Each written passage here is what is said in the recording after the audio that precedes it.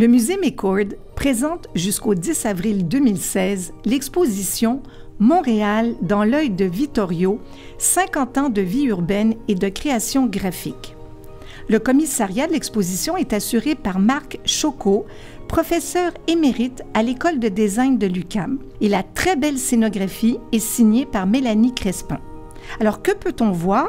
Environ 125 œuvres, dont la plupart proviennent de la collection de Judith Adams, qui est la dernière femme donc de Vittorio. Il y a 71 affiches, que ce soit des sérigraphies, des offsets, des jets d'encre, des illustrations, des bandes dessinées, des pochettes de disques, quelques jouets également, des extraits de films d'animation, des projections et bien d'autres choses encore.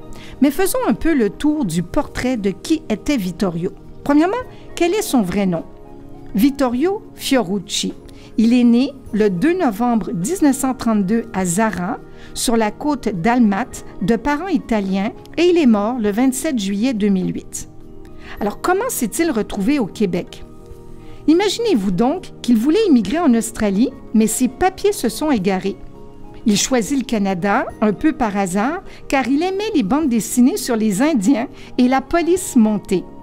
Il arrive le 6 décembre 1951 à Halifax, à l'âge de 19 ans. Et en sortant du bateau, il est sélectionné de manière arbitraire pour se rendre à Montréal plutôt qu'à Toronto. Quel genre d'homme était Vittorio? Il adorait les gens, c'était un humaniste. Parfois provocateur, il est du côté de la justice et c'est un anticonformiste. C'est un homme touche-à-tout. Dans l'exposition, on peut lire qu'il a préféré se perdre dans toutes ses passions plutôt que d'en sacrifier une seule.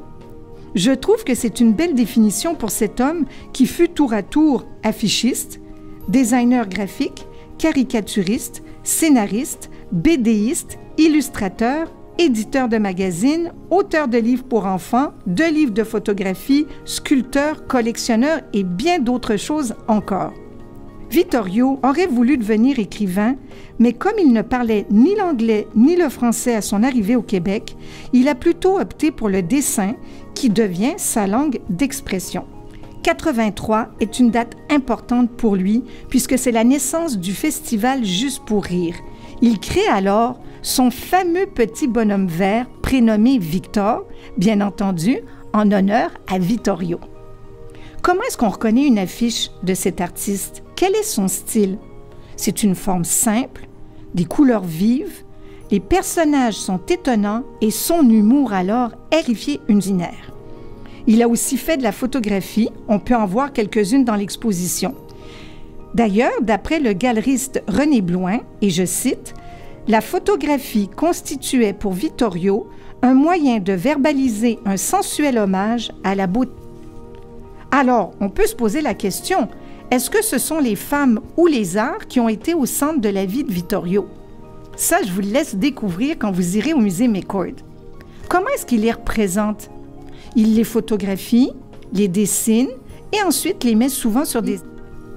L'amitié, maintenant, tient une place extrêmement importante dans la vie de Vittorio.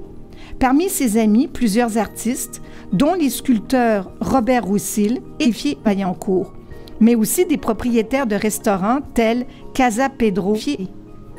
Le sous-titre de l'exposition le dit « 50 ans de vie urbaine et de création graphique », c'est vraiment un incontournable dans notre vie québécoise. Il a passé quand même le 3/4 de sa vie à produire. Il fut donc un témoin majeur de notre société. Vous avez donc jusqu'au 10 avril prochain pour aller voir cette très belle exposition au musée McCord, Montréal, dans l'œil de Vittorio, 50 ans de vie urbaine et de création graphique.